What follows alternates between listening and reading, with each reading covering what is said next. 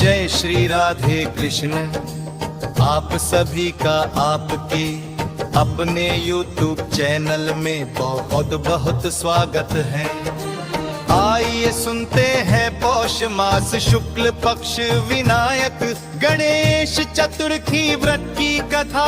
प्रत्येक माह कृष्ण पक्ष और शुक्ल पक्ष की चतुर्थी तिथि के दिन गणेश चतुर्थी का व्रत धारण किया जाता है। शुक्ल पक्ष में पड़ने वाली चतुर्थी को विनायक चतुर्थी और कृष्ण पक्ष में पड़ने वाली चतुर्थी को संकष्टी चतुर्थी के नाम से जाना जाता है। ये सभी प्रकार के विघ्न और बाधाओं को दूर करने वाली है तथा भगवान गणेश जी की कृपा से सभी प्रकार का सुख और समृद्धि का आशीर्वाद प्राप्त होता है। तो आइए सुनते हैं पौष मास शुक्ल पक्ष विनायक गणेश चतुर्थी व्रत की कथा। तो बोलिए प्रेम से भगवान गणेश की जय। चौथ माता की जय, सर्व देवी देवता की जय। एक बार भगवान शिव तथा माता पार्वती नर्मदा नदी के किनारे बैठे थे।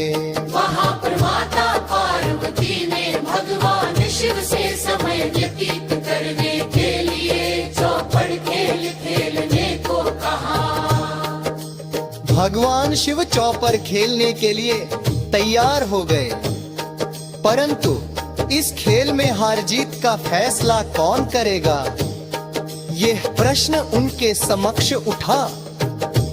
तो भगवान शिव ने कुछ दिन के एक कृत कर उसका एक पुतला बनाकर उसकी प्राण प्रतिष्ठा कर दी और पुतले से कहा कि बेटा हम चौपड़ खेलना चाहते हैं, परंतु हमारी हार जीत का फैसला करने वाला कोई नहीं है, इसलिए तुम बताना कि हम दोनों में से कौन हारा और कौन जीता।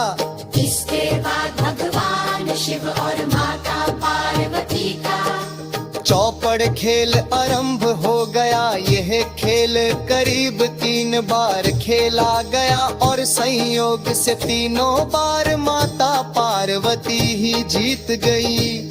खेल समाप्त होने के बाद बालक से हार जीत का फैसला करने के लिए कहा गया, तो उस बालक ने भगवान शिव महादेव को ही विजय बताया। ये सुनकर माता पार्वती अत्यंत क्रोधित हो गई और क्रोध में उन्होंने बालक को लंगड़ा होने का और कीचड़ में पड़े रहने का श्राप दे डाला। बालक ने माता पार्वती से माफी मांगी और कहा कि हे माता, ये मुझसे अज्ञाता बस ऐसा हो गया है। मैंने किसी द्वेष भाव में ऐसा नहीं किया।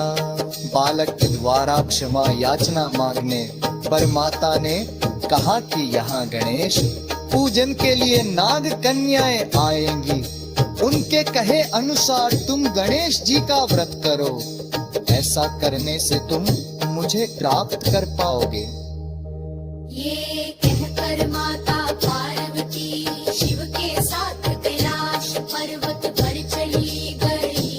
1 वर्ष के बाद उस स्थान पर जो की नाग कन्याएं आई, तब नाग कन्याओं से श्री गणेश जी के व्रत की विधि मालूम करके उस बालक ने की। कुछ दिनों तक लगातार गणेश जी का व्रत किया। उसकी श्रद्धा से गणेश जी प्रसन्न हुए और उन्होंने बालक को मनोवांछित फल मांगने के लिए कहा।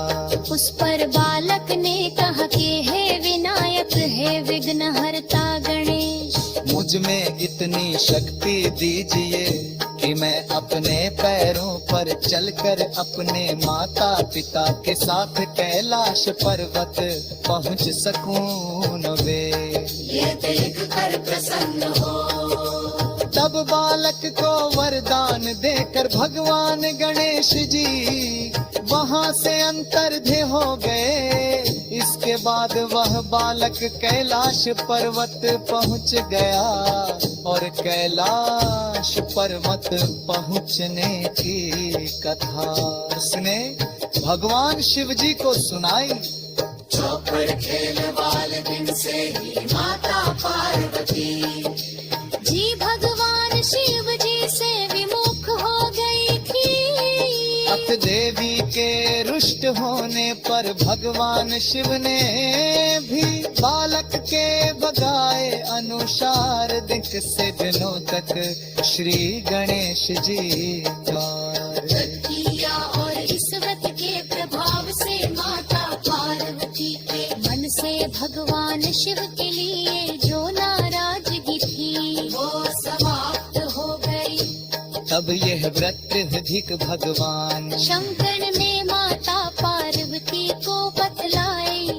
ये सुनकर माता पार्वती के मन में भी अपने पुत्र कार्तिकेय से मिलने की इच्छा जागृत हुई। तब माता पार्वती ने भी विभिन्न दिनों तक श्री गणेश जी का व्रत किया तथा दुर्वा पुष्प और लड्डुओं से गणेश जी की पूजा और अर्चना की। व्रते विकवे दिन स्वयं कार्तिकेय माता पार्वती से मिलने आ पहुँचे।